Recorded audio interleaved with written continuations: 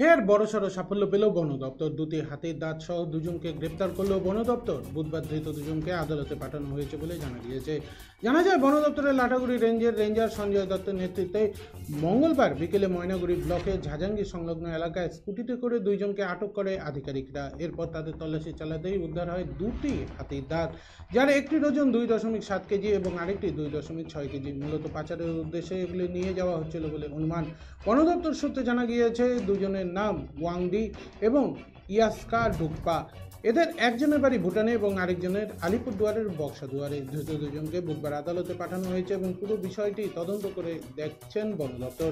এই বিষয়ে বুধবার বন আধিকারিক জয়ন্ত মণ্ডল সাংবাদিক বৈঠক করেন। তিনি বলেন, পাচারের উদ্দেশ্যে দুইজন হাতির দাঁত নিয়ে যাচ্ছিল। সেই সময় ঝাজাঙ্গি এলাকায় তাদের গ্রেপ্তার করা হয়। তাদের একজনের বাড়ি ভুটান এবং একজনের বাড়ি বক্সাদুয়ারে। তাদের দুজনকে আদালতে পাঠানো হয়েছে।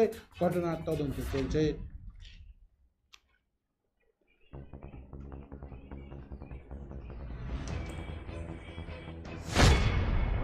কি অভিযান করলেন আপনারা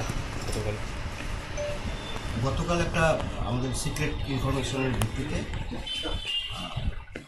ময়নাগুড়ি ঝাজাঙ্গি থেকে দুজনকে এলিফ্যান্ট ট্যাক্স সহ দুজনকে অ্যারেস্ট করা হয়েছে। দেখতে পাচ্ছেন এলিফ্যান্ট ট্যাক্স সামনে রয়েছে। কোথাকার বাসিন্দা তারা? এর মধ্যে একজন বাক্সার ওখানে উপরে আদমা বলে একটা জায়গা আছে সেখানকার, আর একজন ভুটান ন্যাশনালিস্ট। পাচারের উদ্দেশ্যে নিয়ে যাওয়া হচ্ছিল? হ্যাঁ, ওরা পাচার করতেই এসেছিল। তাদের নামগুলো বলতো। ভুটানের যে সিটিজেন তার নাম ওয়াংদি, আর ইয়ের যে আমাদের ইন্ডিয়ান যে আছে ওর নাম ইয়াস্কা ডুকপা। এটা কি গাড়ি করে আসছিল? ওরা একটা স্কুটিতে করে ইয়েটা টাস্কটা একটা ব্যাগের মধ্যে করে নিয়ে আসছে। কি পাচারের উদ্দেশ্যে নিয়ে যাওয়া হচ্ছিল? অবশ্যই পাচারের উদ্দেশ্যে নিয়ে যাওয়া হচ্ছে। পাচার ছাড়া তো আর এলিফ্যান্টটা নিয়ে যেতে পারে না। এটার ওজন কত আছে? দুটোর একটার ওজন 2.7 কেজি আর একটা 2.6 KG.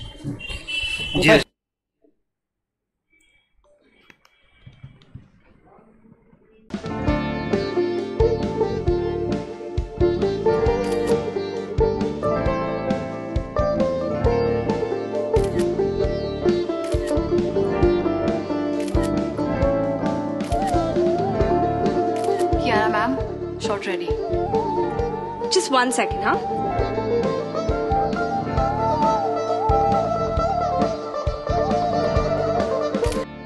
Senco Gold and Diamond, RRN Road, Old Post Office Para South, Coach Bihar.